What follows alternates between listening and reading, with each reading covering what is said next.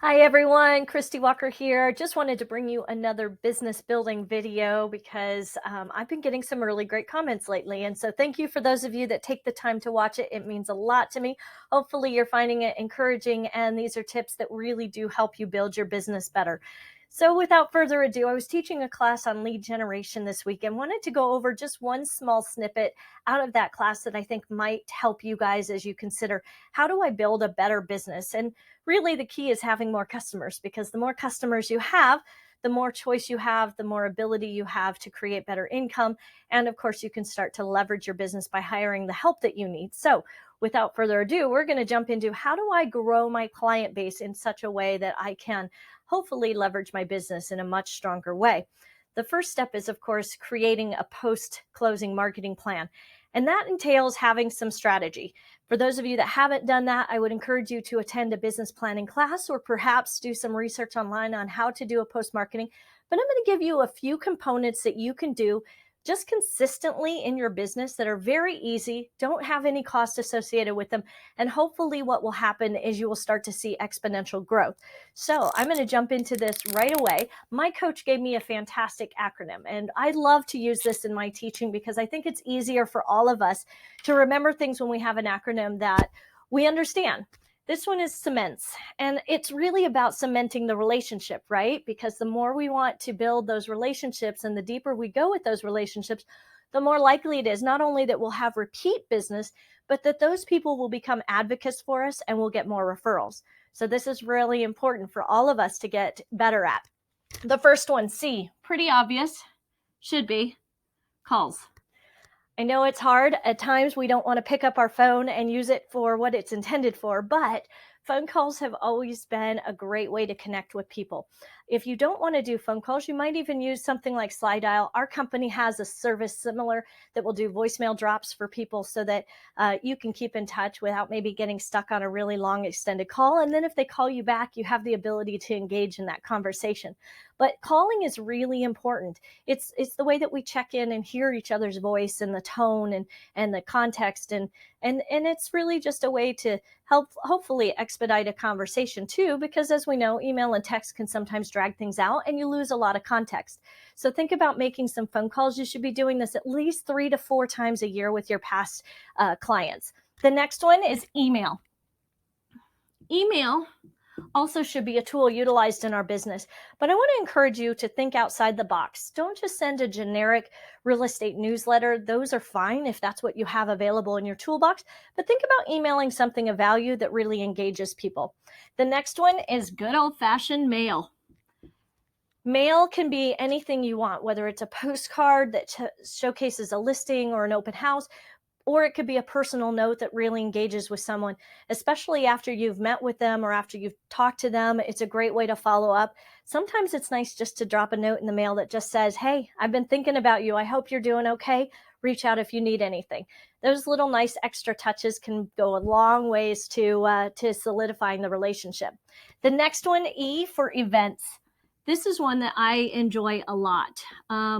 There's a lot of different ways you can do events. So I don't want to discourage you from looking at this as this could be something such as a small dinner party, maybe for 4, 6, 8 people in your home. It doesn't have to be elaborate. It could be a large client party if you want to get to that stage, and you may need to call in some help for that.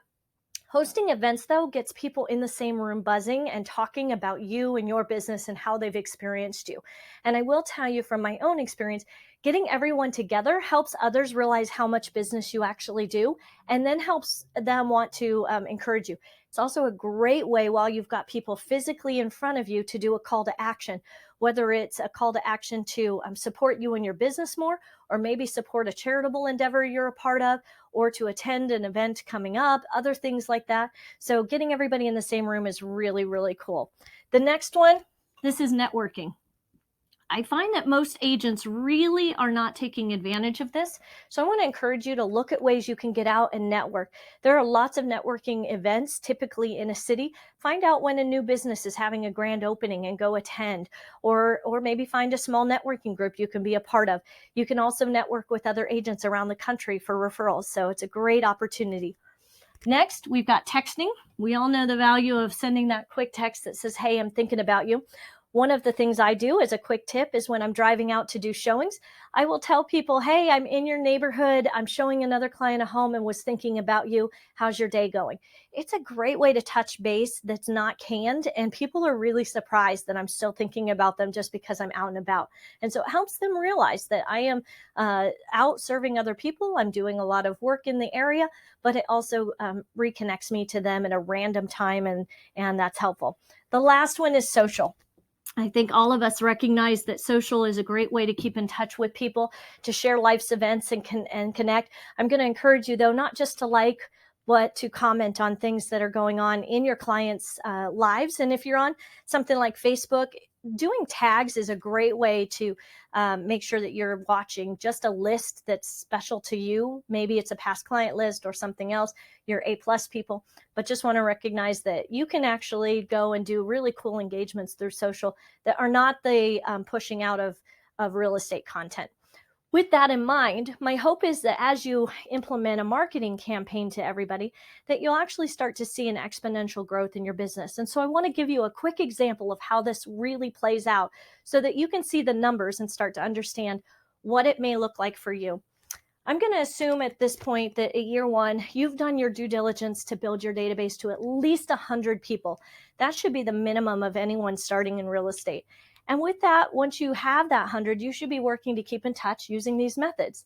As you're doing that, you should be accumulating more and more clients and hopefully not only strengthening the base of clients you already have, but adding to them with new sales. So we're going to assume that in our first year that we had 10 new sales. I'm going to assume that because of the way that transactions typically work, on average, you will have some that have 2 people, you'll have some that will be single. With 2 people, you're gaining 2 spheres of influence. So we're going to take the average and assume that we're gaining at least 1.5 for those transactions, just to give us some context for that. So with that, times 1.5 is going to equal our 15, and we add that to our first total, and now we end up year one with 115 people if we're keeping in touch with the people we already know and like and trust, and then adding more to it. Next year, we start off with 115. This time we're going to up our sales. Hopefully we're getting more experience. We're getting some of those people that we worked with to give us referrals. So we're going to assume 12 transactions. That's not a huge leap, but I just want to give you guys, again, some context. We're going to times that, and we're going to end up with 18 more people, bringing us to a total of 133 in year 2.